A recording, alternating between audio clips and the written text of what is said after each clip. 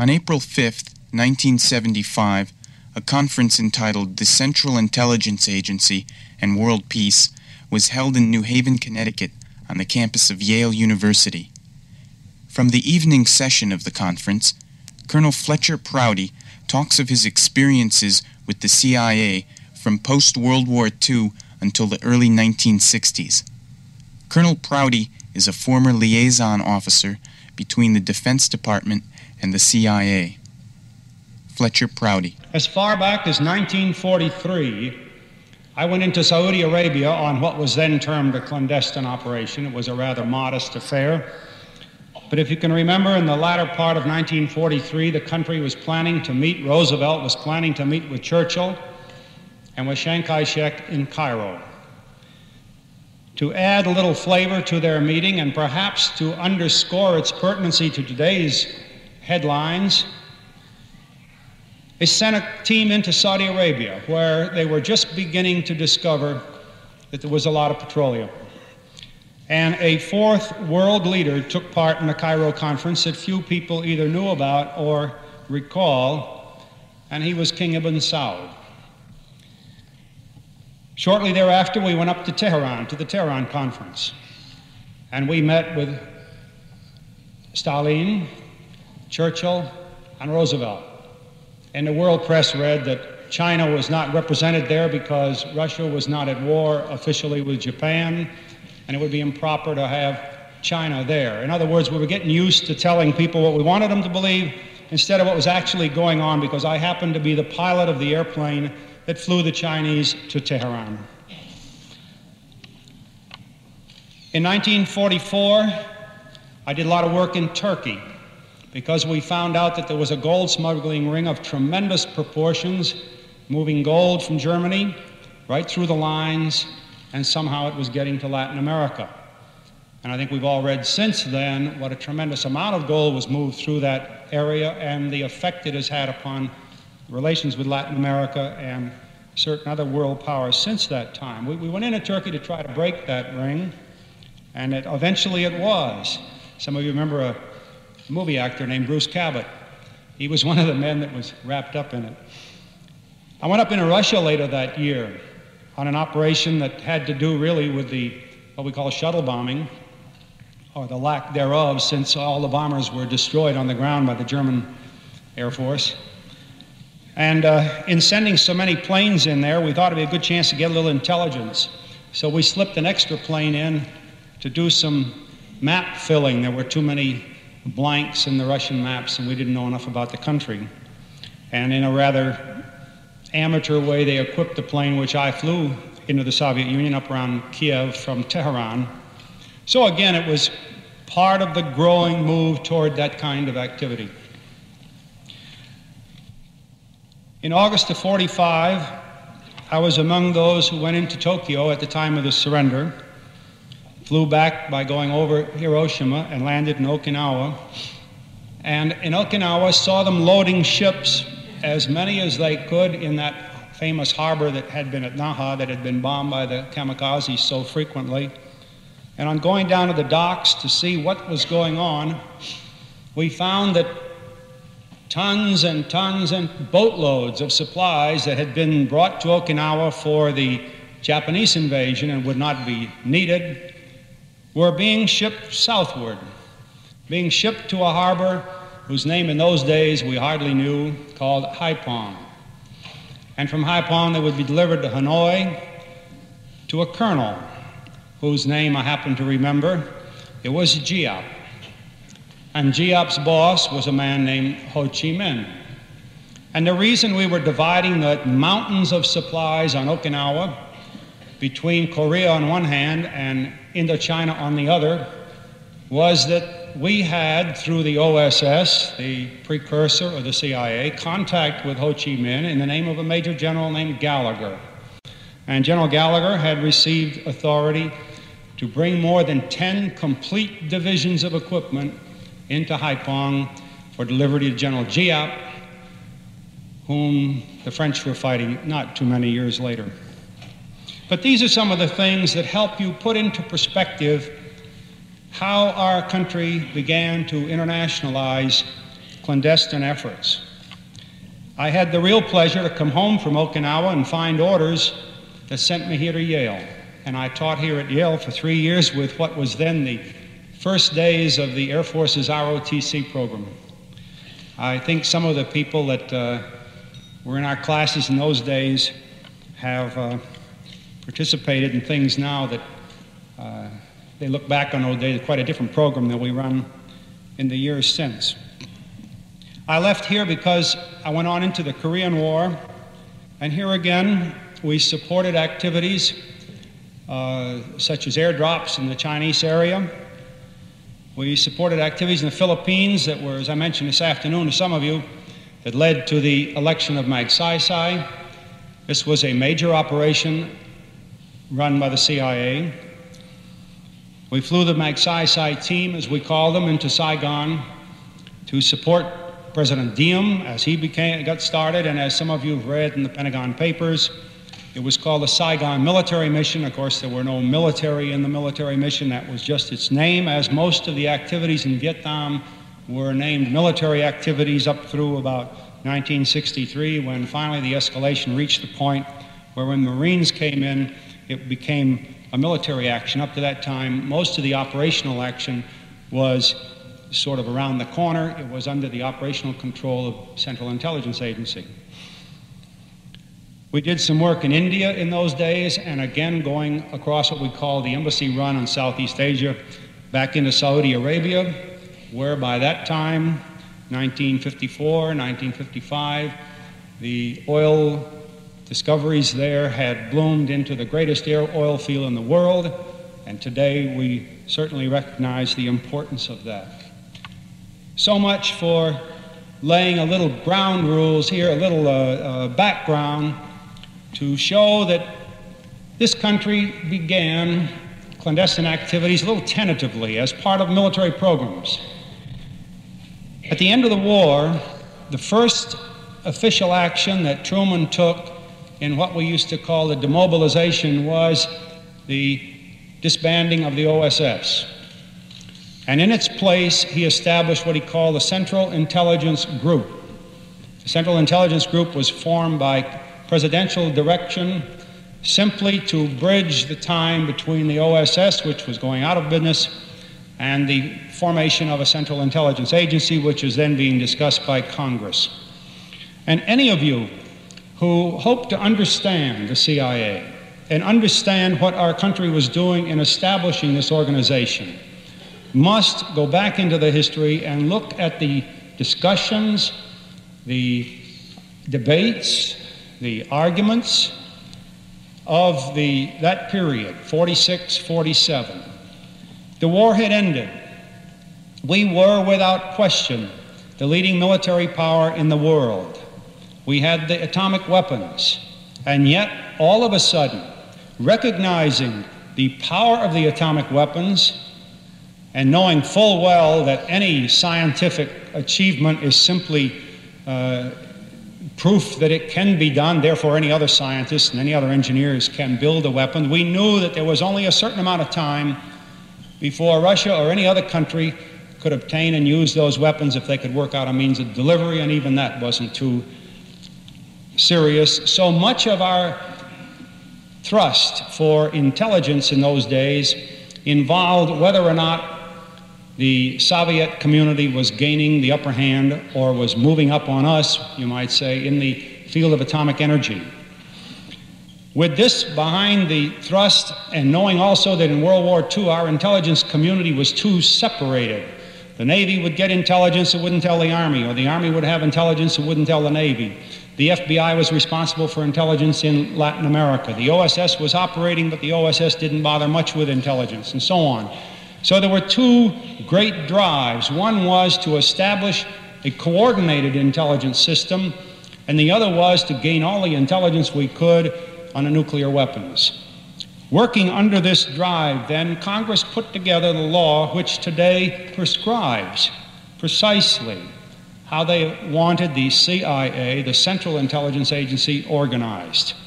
Here again, we must be very precise in our interpretations about this law. For example, when Cy Hirsch released this information a little while ago about the thousands and thousands of people that the agency had been tapping or investigating in domestic surveillance, one of the things that Bill Colby came out and said real quickly was, well, we weren't really investigating domestic activities. We were checking on people who were friends of foreigners here in the United States who wanted to see how far they had gone. In other words, opening a door to say that the Central Intelligence Agency is charged by law with protecting its sources and methods. Now, how many times have all of you heard that the Central Intelligence Agency is charged by law with protecting its sources and methods? In fact, they bring people to court for that, for the revealing sources and methods. But if any of you looked that up, do you know that that is not part of the law? The law does not say anywhere that the Central Intelligence Agency is responsible for protecting sources and methods.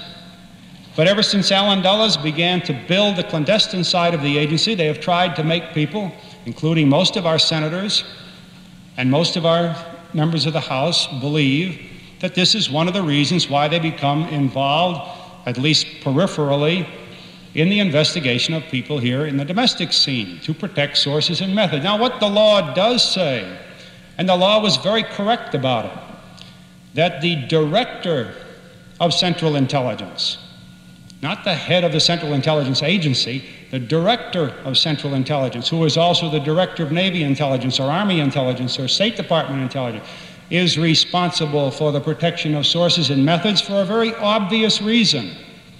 That if Navy Intelligence uncovers somebody over in this room and Army Intelligence uncovers somebody in that room, and it turns out that both of them are working with somebody in another room, they better tell each other before somebody knocks the other guy's head off. That's a pretty practical reason. But to say that the Central Intelligence Agency is responsible with that is a different part of the machinery entirely, and the law doesn't say that. Well, there are many of these things in this law that we are sort of brainwashed into believing are in the law. One of the senators who is on this committee that is working on the investigation of the agency asked me a while back. He said, what is there about the agency's secret charter that we should know? And how many times have you all heard about that? That there is a charter for the agency that gives them the right to do all these things. And they quote something about being able to do whatever the National Security Council directs them from time to time, and that therefore this gets them into the clandestine business. That isn't the way Congress wrote the law. The law that established the Central Intelligence Agency did it to coordinate intelligence. The agency was created to coordinate the intelligence of other departments and agencies,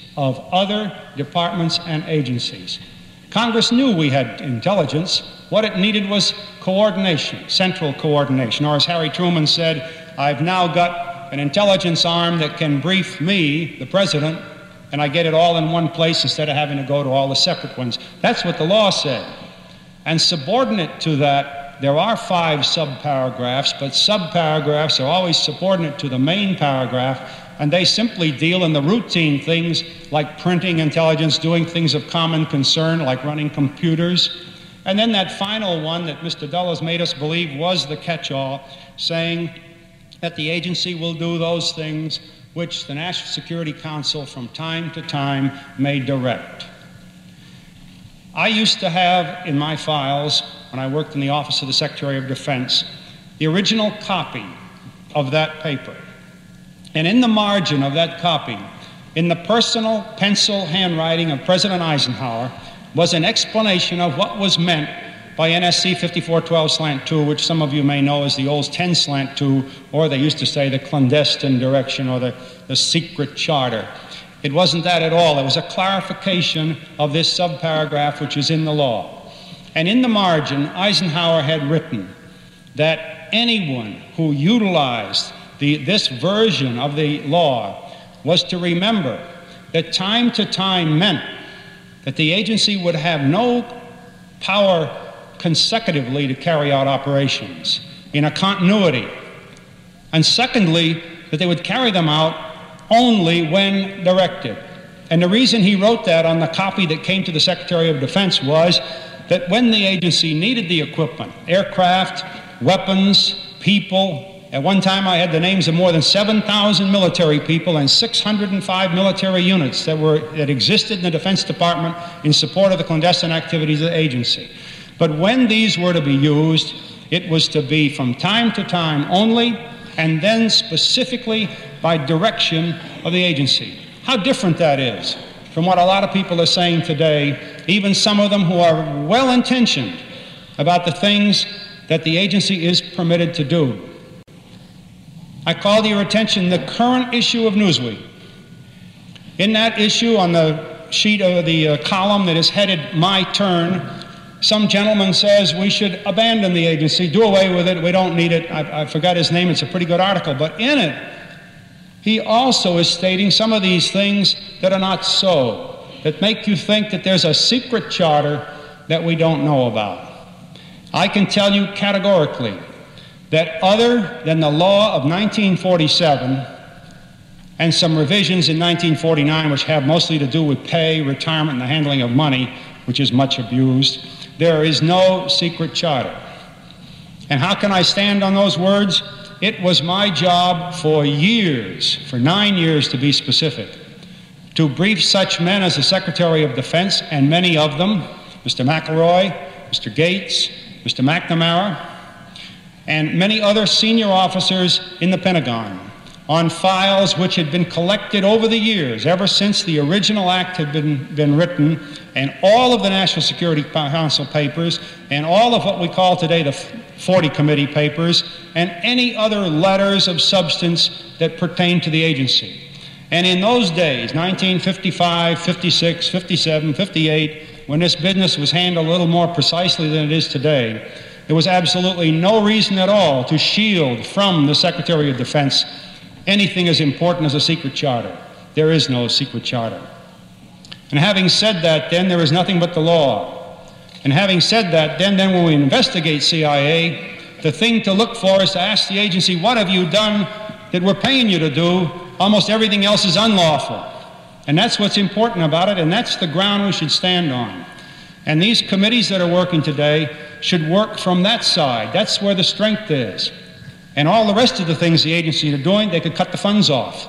And if they cut the funds, most of them will come to a halt. But it's important to go back to those basic things. Another thing the committee should look at is the fact that in 1948, President Truman called in 3 gentlemen, Allen Dulles, Matthias Correa, and William H. Jackson.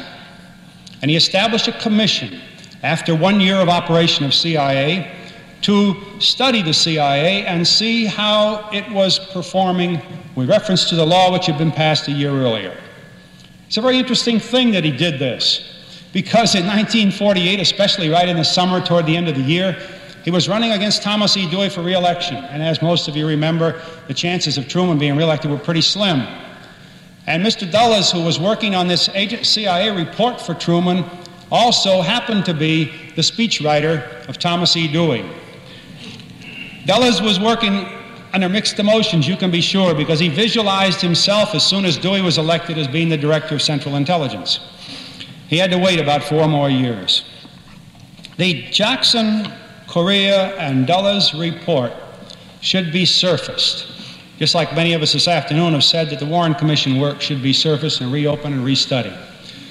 There is no more important document somewhere buried in the files, it's a book, than the Dulles-Jackson-Correa report dated 1 January 1949, because that was Allen Dulles' Mein Kampf.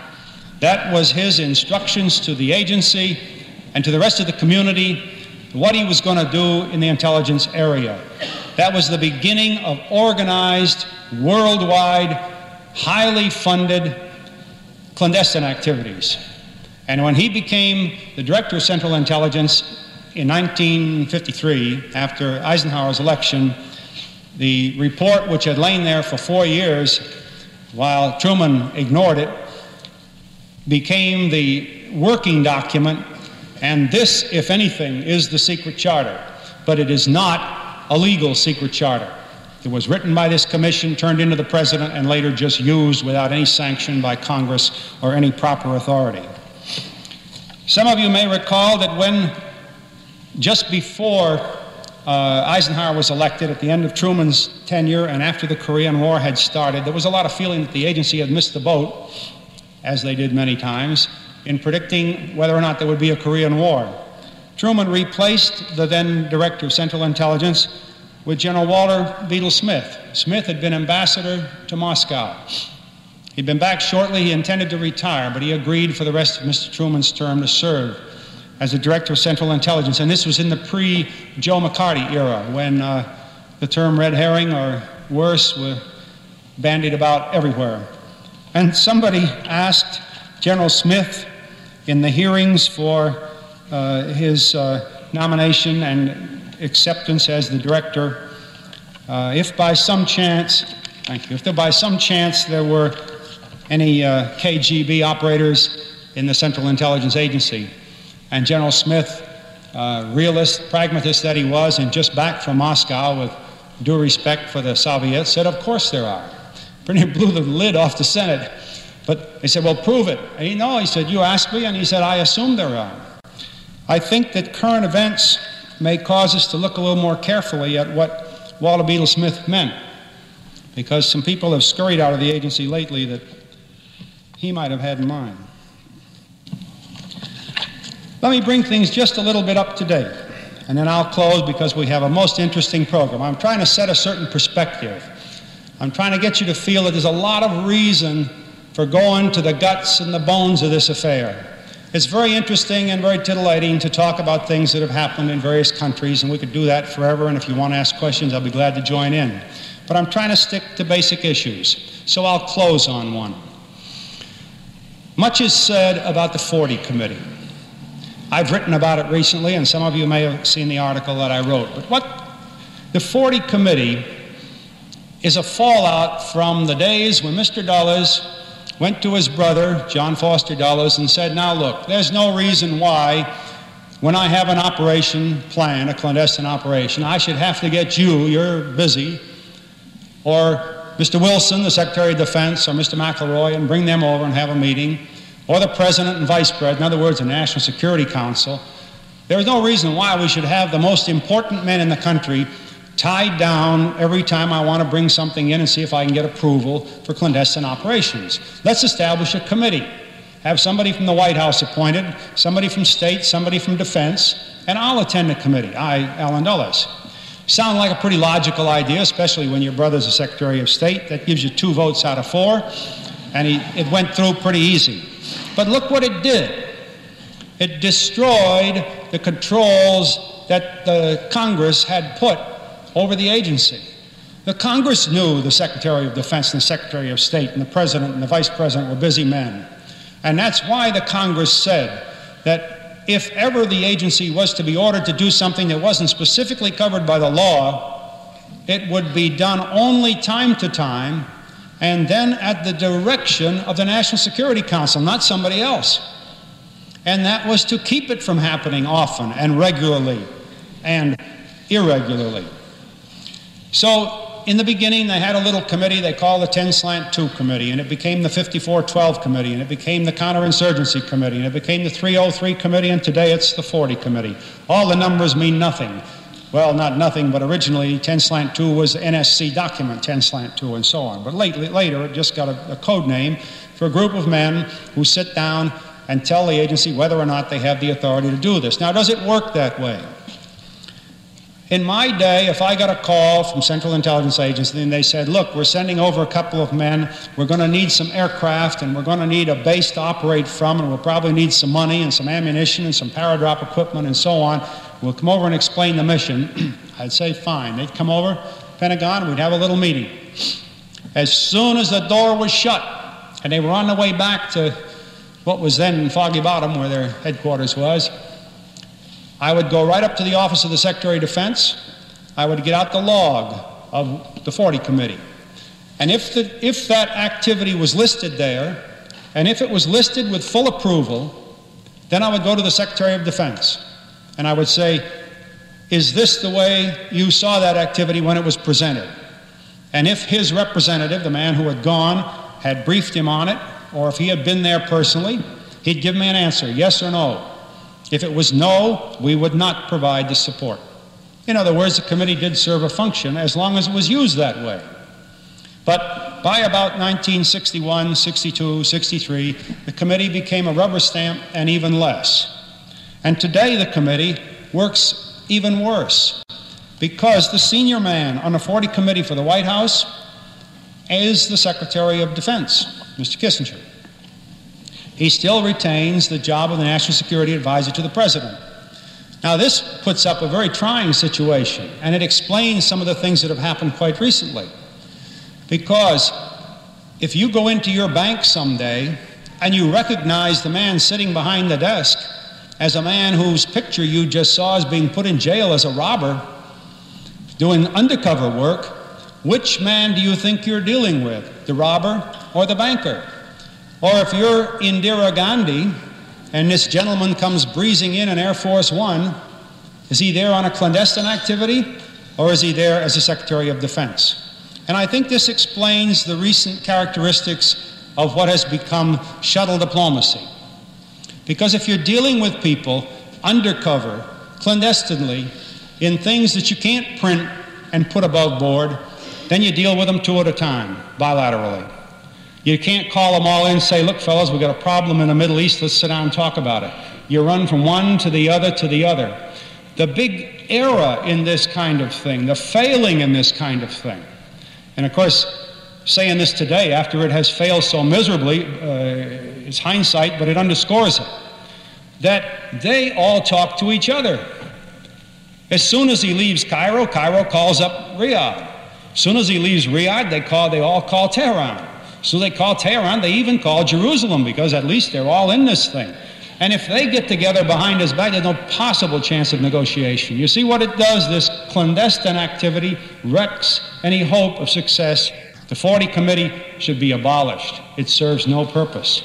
We should go back to the law, which strictly says that if clandestine activities must be carried out, then the President or the Vice President, the Secretary of Defense, and the Secretary of State must, in concert, agree with it. And that means there would be very few operations, and they would be limited, and they would be small, and they would be very, very important. Now, that's what the law said, and they've gone so far from that, but that's why we have the problems we have today. I personally do not call for the abolition of CIA. I think we need intelligence, good intelligence. In fact, we have good intelligence, but we've overshot the mark by tenfold in building up the clandestine side, what we call the clandestine side of the house. That the budget of CIA is about $750 million. That's a lot of money. But even that is open to question, because it's only a few days ago it was revealed that $350 million of that $750 million went down in the Pacific looking for a submarine. Don't let the figures fool you. There's nearer to $6 billion being spent every year in the name of intelligence, and we all need to look into it. Thank you. Good night. In the second half of this program, Colonel Fletcher Prouty, speaking to an afternoon session of the conference, details the role of the Central Intelligence Agency in political assassination. Fletcher Prouty. This subject, which I'm going to get into, I might call the anatomy of assassination or the politics of assassination. Assassination is a big business. In fact, assassination is the business of big business. I've written quite a bit on this subject in various magazines, and for those of you that have managed to get past some of the pictures that occur in some of those magazines, you'll know that in November issue of Genesis, I wrote on the subject of the Kennedy assassination. Just last month, March issue of Genesis, I wrote about international assassinations, and I have to write 5 months ahead of time. I have an article completed and in the mail on the 24th of March on assassinations, in which I talked about the possibility of further assassinations in the Middle East. And as I went to the post office on the 25th with a newspaper under my arm about the assassination of King Faisal, I had the intention of taking the article back home and bringing it up to date. You see, it's that kind of a subject. What was your first thought when you read about the assassination of King Faisal? What goes through the minds of the perpetrators of assassinations?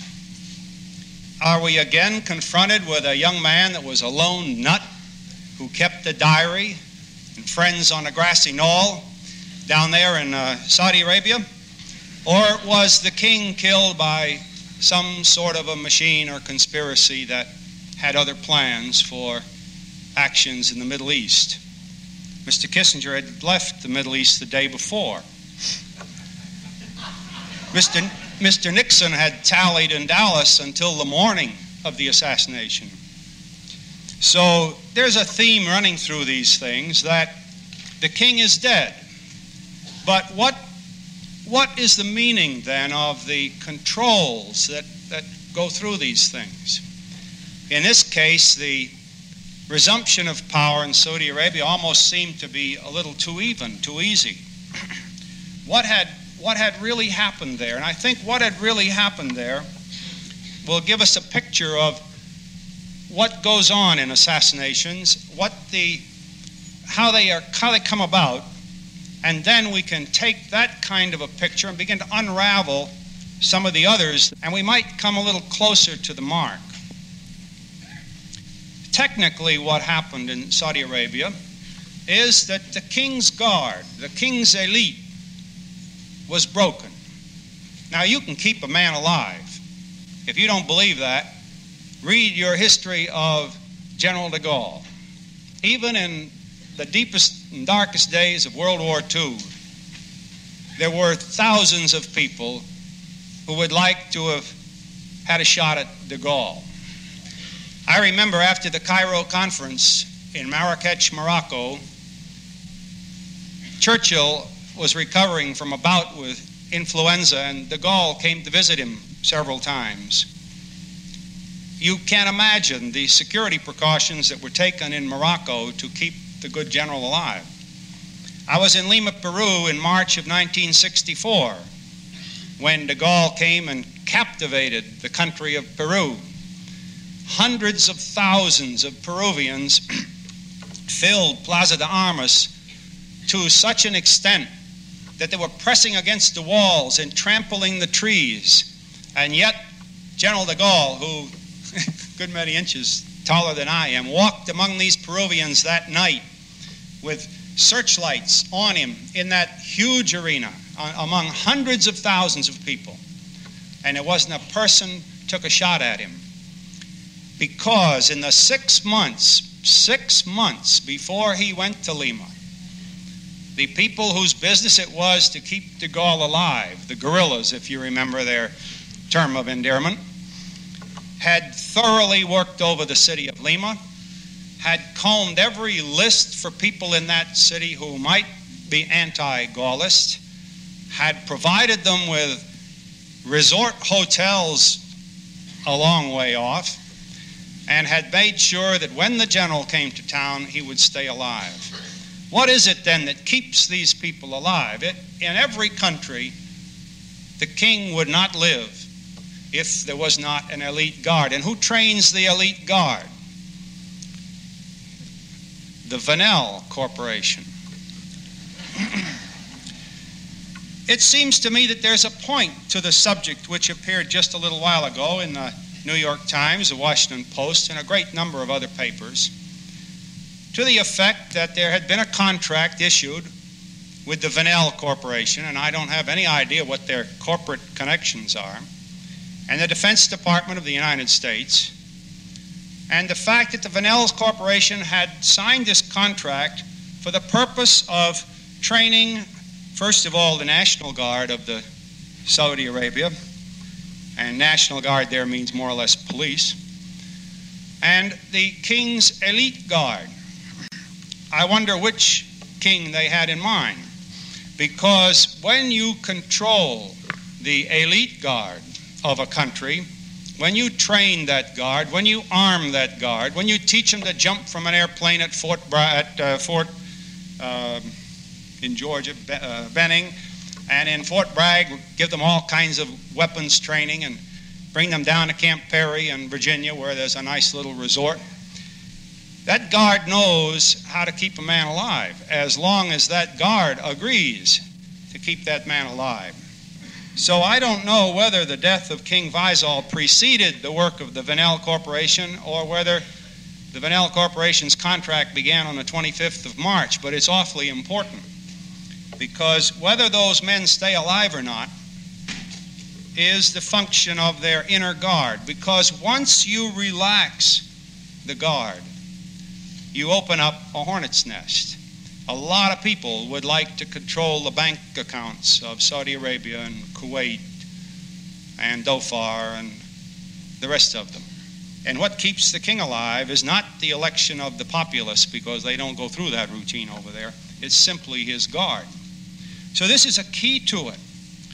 And the guard in many of these countries throughout the world, where there have been so many coups d'etat, a euphemism for the work of mechanics or assassination, these guards for many, many years, in my experience for more than 20, 25 years, I was in Saudi Arabia in 1943 on clandestine activities, is the work of the Central Intelligence Agency.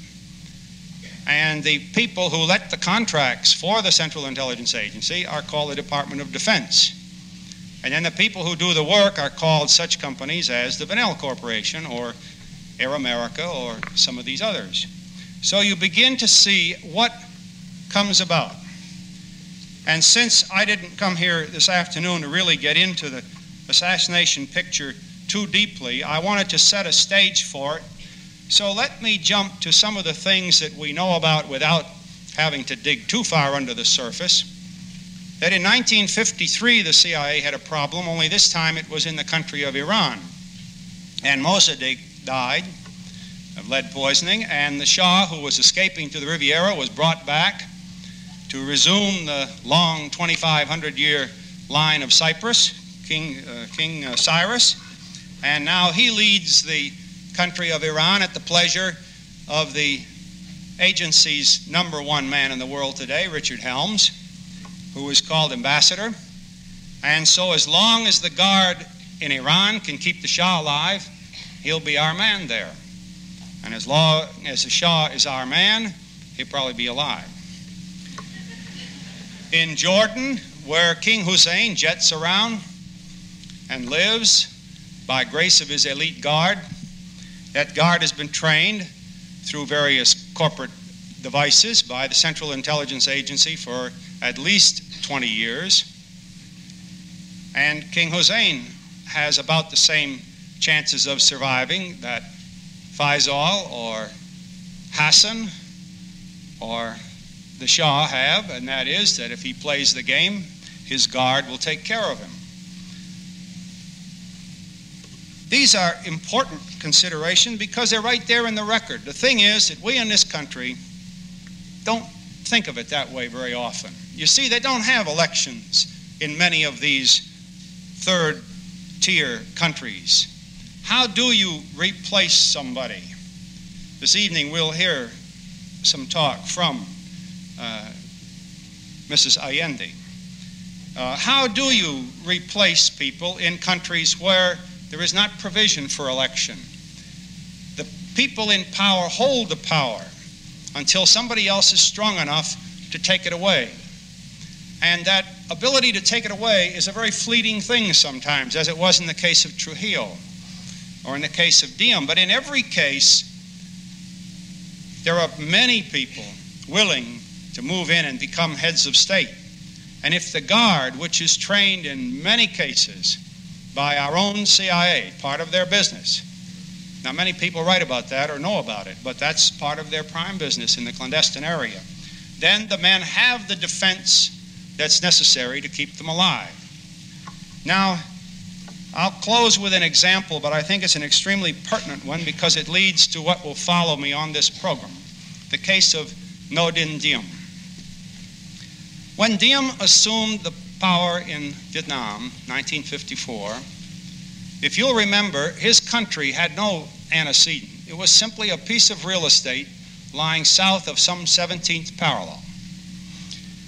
When you take over a piece of real estate like that, and begin to rule, who are your police? Who is your army?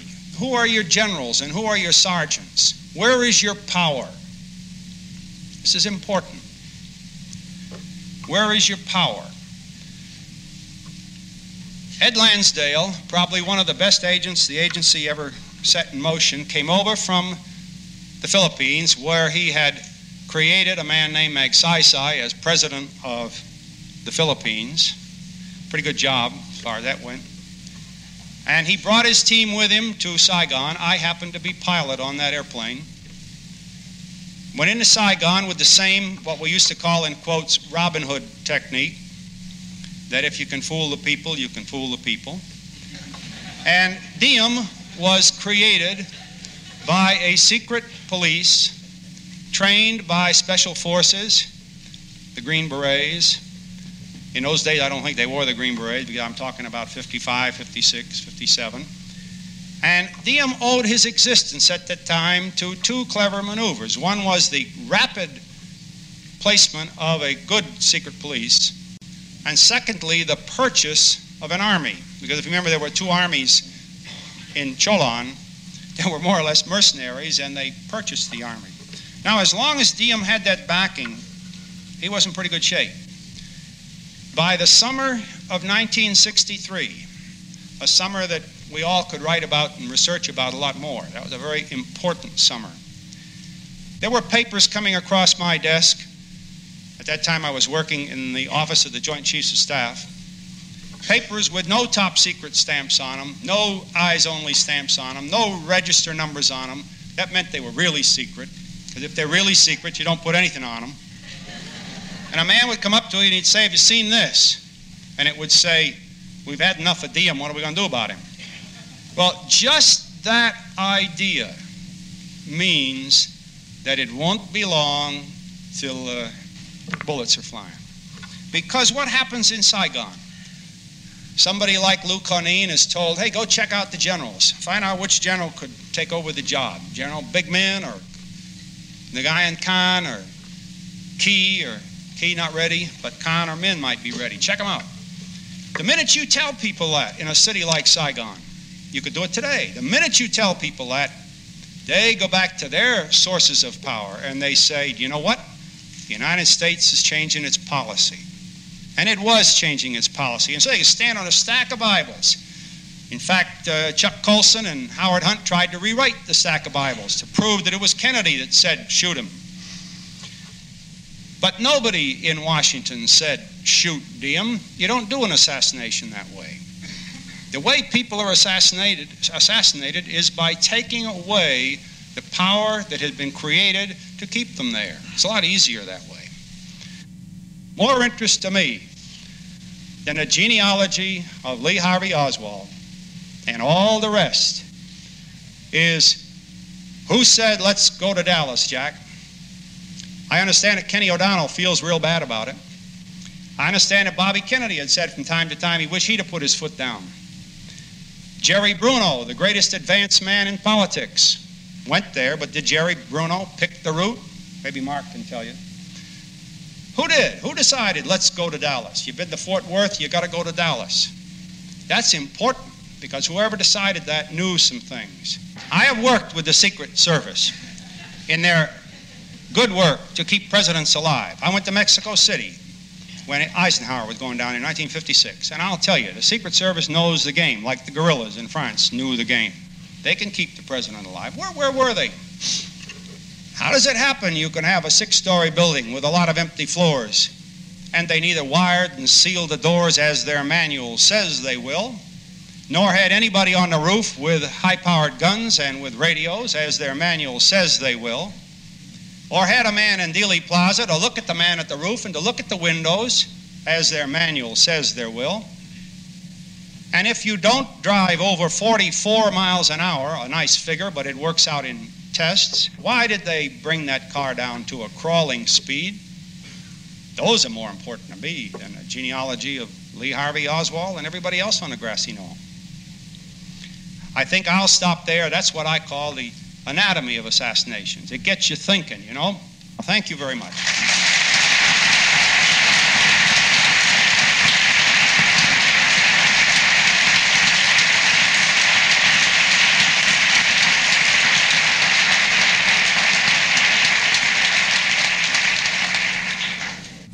information about the Central Intelligence Agency, contact Center for National Security Studies, 122 Maryland Avenue, Northwest, Washington, D.C., 2002. This program was produced at radio station WWUH in West Hartford, Connecticut.